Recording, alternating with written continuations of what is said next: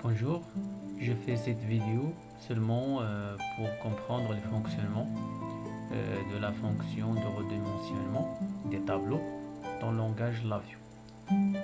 Alors la fonction, je vais l'appeler tout d'abord palette des fonctions, classe tableau, il s'appelle donc ReshapeArray. Alors, je vais donc exploiter le menu Head qui va me permettre déjà d'avoir donc encore une fois une idée à la fonction, qu'est-ce qu'il a besoin comme entrée, qu'est-ce qu'il fait comme sortie. D'accord, donc il a besoin d'une entrée d'un tableau de n dimensions, d'accord, et des entrées en bleu qui précisent la taille de la dimension ou bien des dimensions du tableau en sortie. D'accord, vous voyez donc la sortie est m dimension array tableau, donc un tableau de n dimensions. D'accord, alors on va essayer de jouer avec cette fonction à travers des exemples ici, juste pour comprendre comment déjà elle respecte le redimensionnement, d'accord, comment elle respecte l'ordre des éléments du premier tableau pour les mettre au deuxième tableau, la sortie, d'accord. Et je note bien que cette fonction n'est pas dédiée seulement pour les nombres entiers, d'accord, mais également pour les autres types de variables, d'accord, ou bien de tableaux. Alors on va voir ça. Donc je propose donc tout d'abord la manipulation d'un tableau des nombres numériques.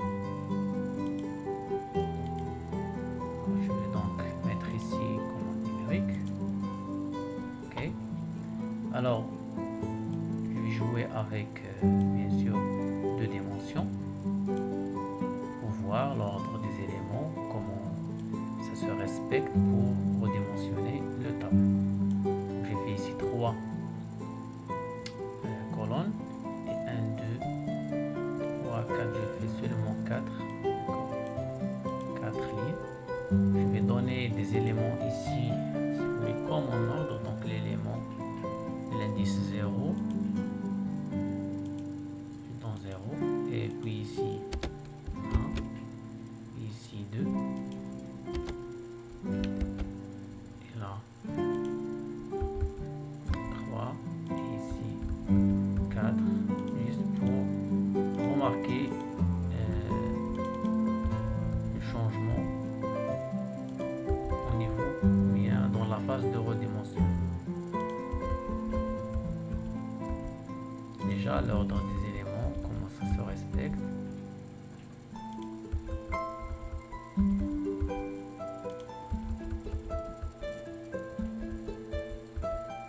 Et ensuite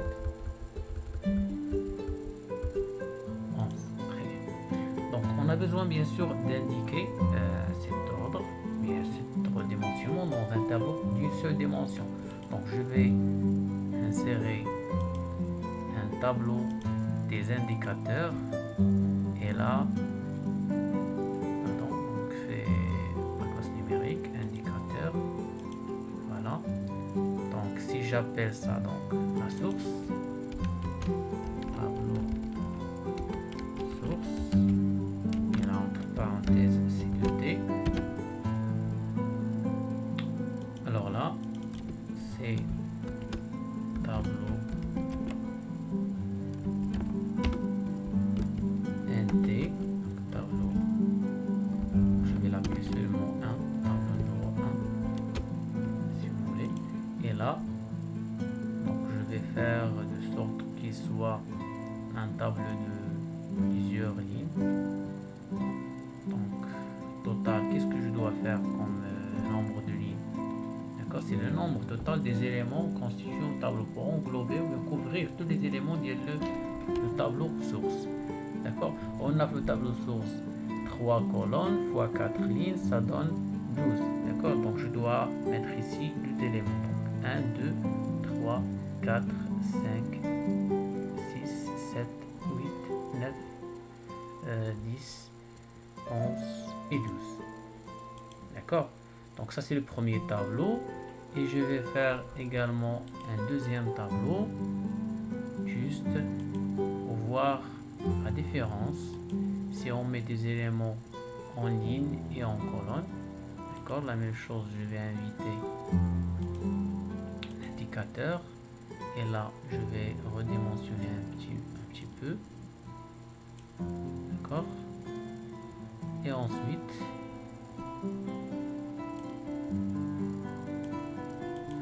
je vais voir ici 1, 2, 3, 4, 5, 6, 7, 8, 9, 10. Donc je vais dépasser.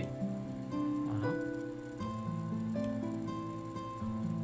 Je vais placer ça en bas pour pouvoir voir des éléments.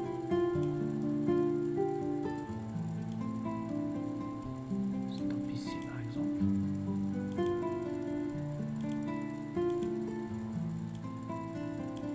Voilà. Combien on a d'éléments ici? 1, 2, 3, 4, 5, 6, 7, 8, 9, 10, 11 et 12. D'accord? Je vais appeler ça tableau 2. Alors là, donc j'ai les tableaux sortis.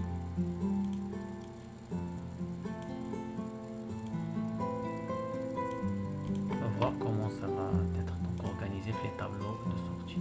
Tableau numéro 1 et tableau numéro 2. Alors, la fonction, on doit donc relier son entrée de tableau avec tableau source. Et l'entrée, la deuxième entrée, c'est le nombre des éléments à couvrir. Donc le tableau, il contient 12. Donc je fais ici 12. Et ensuite, je relie la sortie avec les deux tableaux. Très bien. Alors maintenant, je vais exécuter. Voilà. Donc vous voyez, donc ça prend l'ordre des lignes. La première ligne va donc respecter cet ordre 0, 1, 2, 3, 4, 5, 6 et ainsi de suite. D'accord, donc il passe à travers la première ligne. D'accord, et ensuite la deuxième ligne, et ensuite la troisième et la quatrième, et ainsi de suite. Donc voilà donc la façon avec laquelle il redimensionne les tableaux. Voilà. Alors on prend maintenant l'exemple d'un autre type, d'accord, de tableau. Autre type.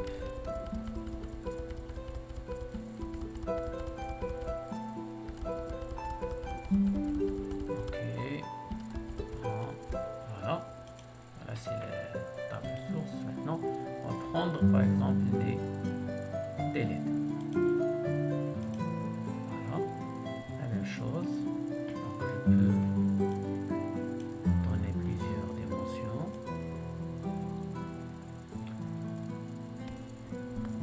Alors, on peut faire maintenant l'inverse, d'accord? Au lieu de prendre deux dimensions et la transformer vers par exemple une dimension, on fait l'inverse. D'accord, on prend une seule dimension et on la transforme vers deux dimensions. D'accord, je prends combien d'éléments ici? 1, 2, 3, 4, 5, 6, 7, 8 et 9. Donc je veux que cette ligne, cet tableau d'une seule dimension se transforme vers un tableau de 2D. D'accord, et donc je vais prendre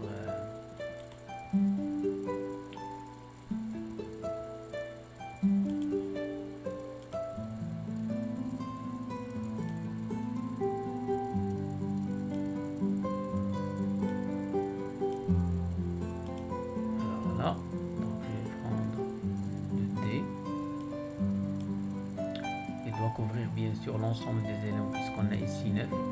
On va faire donc 3 lignes, 3 colonnes. Ok, comme ça. Très bien. Alors, une fois on insère bien sûr des tableaux des indicateurs, là automatiquement ces éléments ils sont là comme des indicateurs. Donc pour le premier tableau que je vais appeler tableau source, donc tableau source, on doit le rendre, qui est là, donc on doit le rendre comme un tableau de commande.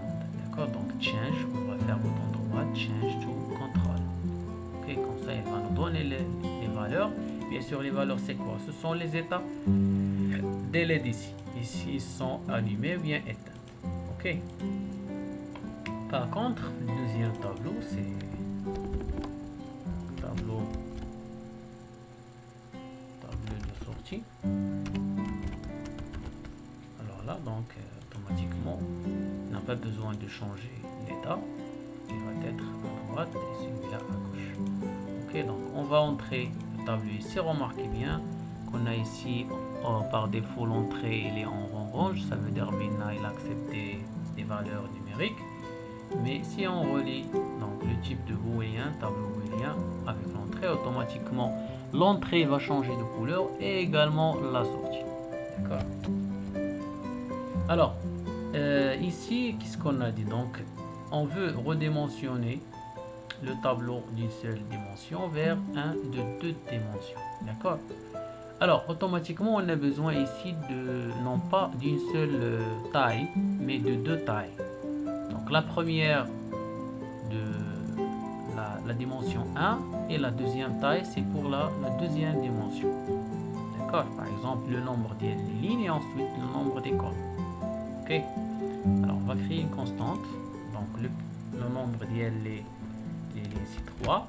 Et ensuite je dois redimensionner la fonction. D'accord. Donc bouton donc de souris, donc bouton gauche de la souris et je glisse en bas. Donc ça va me rajouter ici une autre entrée de dimension, de la taille de dimension, que je vais lui donner une constante de 3 égale. D'accord. Voilà. Et la sortie bien sûr ça va être avec le tableau de sortie. Donc je vais exécuter. Voilà. Donc il nous a donné ces éléments. Même les éléments qui ne sont pas actifs encore, vous voyez le tableau source, ils sont déjà donnés comme valeur, la sortie des valeurs légèrement fausses. D'accord, c'est-à-dire les LED sont éteintes. Mais je peux bien sûr leur donner ici des valeurs, comme vous pouvez voir. Voilà.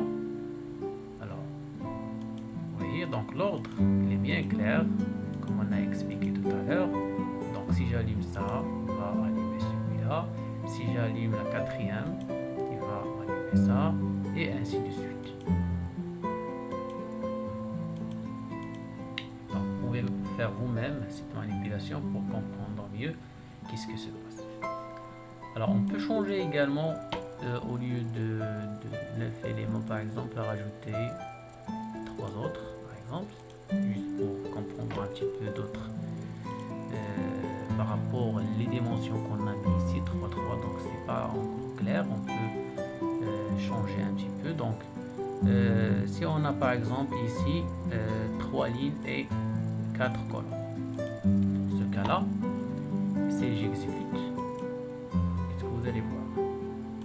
Remarquez bien, il ne change rien au niveau des 3 qui sont là. D'accord. Si on dimensionne un petit peu à droite, remarquez bien, juste pour comprendre ce qui se passe. Donc on a ici deux éléments, mais au niveau de la sortie on a tout simplement juste seulement 9. D'accord. Pourquoi? Parce qu'on a précisé ici c'est quoi la sortie, le tableau de sortie, c'est quoi les tailles de ces dimensions. Donc on a précisé que les lignes sont 3, d'accord, les colonnes sont 3, d'accord. Mais si on change un petit peu ici ces constantes, remarquez bien, si on change par exemple, je donne ici 4.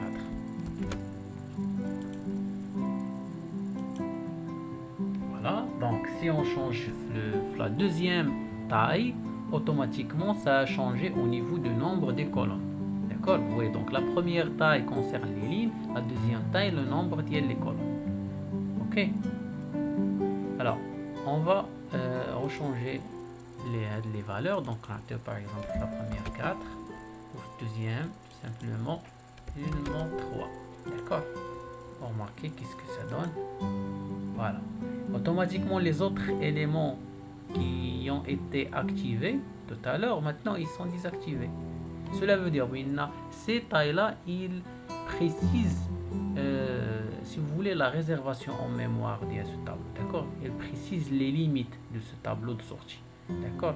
Il a exactement dans ce cas-là 4 lignes et 3 colonnes. 4 lignes et 3 colonnes. D'accord. Voilà, même si vous rajoutez ici le tableau source, vous rajoutez des éléments, il ne va pas prendre ça en considération. Ok. Voilà, donc j'espère que vous avez bien compris donc, avec moi le fonctionnement de la fonction de redimensionnement et à la prochaine vidéo.